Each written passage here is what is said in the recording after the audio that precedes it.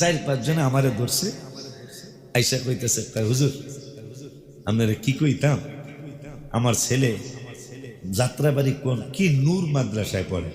কি নূর, আমি কি মনে মনে কারবার মাদ্রাসারে নূর মানে নবীরে নূর মানে না। আরে কি কপাল পরা মানুষ। যাই হোক, অমক নূর, কিন্তু আমাকে গজল মুখস্থ না, আমার ছেলে আপনার গজল মুখস্থ।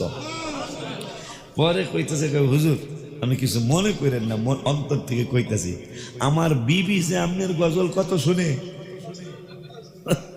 কওমি আঙ্গেরা উনিও বক্তৃতা করতে গেছে, উনিও একজন বক্তা। হুজুর কি খাইবেন? আশের ডিম। আমি কে না আশের ডিম। পরে কেন আমার কিছু খাইতে হইব। পরে আমাকে তাহলে একটা তেঁতুলের চকলেট কিনে দেন। একটা চকলেট তো হুজুর মাত্র 1 টাকা। আমি কে দেন 1 টাকাই দেন। পরে কেন এটা হইব না। আমি কে তাহলে 20টা চকলেট কিনে দেন। ওই চকলেট মানে গাড়িতে এখন আসলে মুসলিগত কয়েকটা দেয়া দেই।